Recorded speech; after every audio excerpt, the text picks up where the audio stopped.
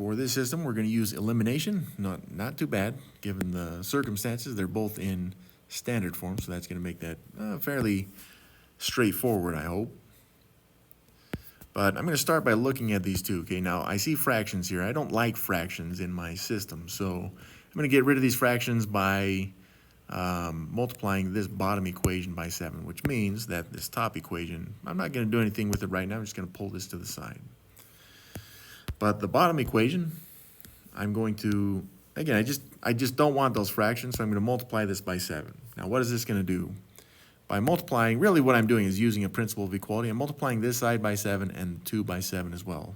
So you could look at it as distribution, but it's really multiplying one side and the other side by the same factor. Well, first off, you'd have 7 times 2 sevenths, which is just going to be, well, 2 x's. That's how many x's you've got. And then you've got 7 times 2 sevenths y's, which is also going to be a positive 2 y's.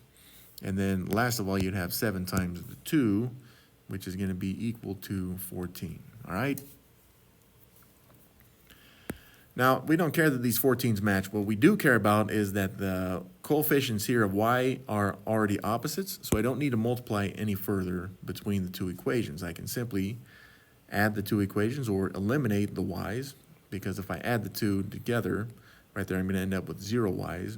But the 12x's plus 2x's is going to give me 14x's, which will equal 14 plus 14, which is 28.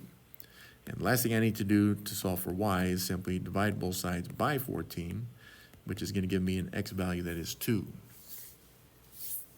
Now you can use either equation to solve for the y, but I'm going to use the top one because, well, it doesn't have any fractions.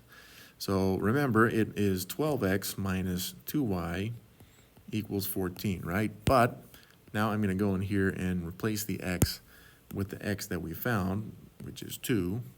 And I'm just going to solve this for its y value. So 12 times 2 is 24. Now it's 24 minus 2y equals 14. Then we'll subtract that 24 from both sides to zero that out. Then I've got a negative 2y equals a negative 10, running out of space there. But I think we'll make it divide both sides by negative 2, and the y value is showing me as 5. So let's just double check to make sure everything works. So in the first equation, again, I'm going to replace the x with 2, so I've got 12 times 2 minus 2 times 5. And when I push enter, I'm expecting 14. I do. I get 14, which means that this first equation checks off. How about the second one? How about 2 sevenths times x, which we know is 2, plus 2 sevenths times the y, which we know is 5. And again, when I push enter, I'm expecting 2. I do see a 2, which means we've done this correctly. We have both values here. Of course, if you'd like to, you can write it as an ordered pair, where the x value is 2 and the y value is 5. Because really what this is it's a location on the graph where if you were to graph these two equations, they would intersect. So there we go. Again, a couple different ways to show the solution, but this way is the way that I like.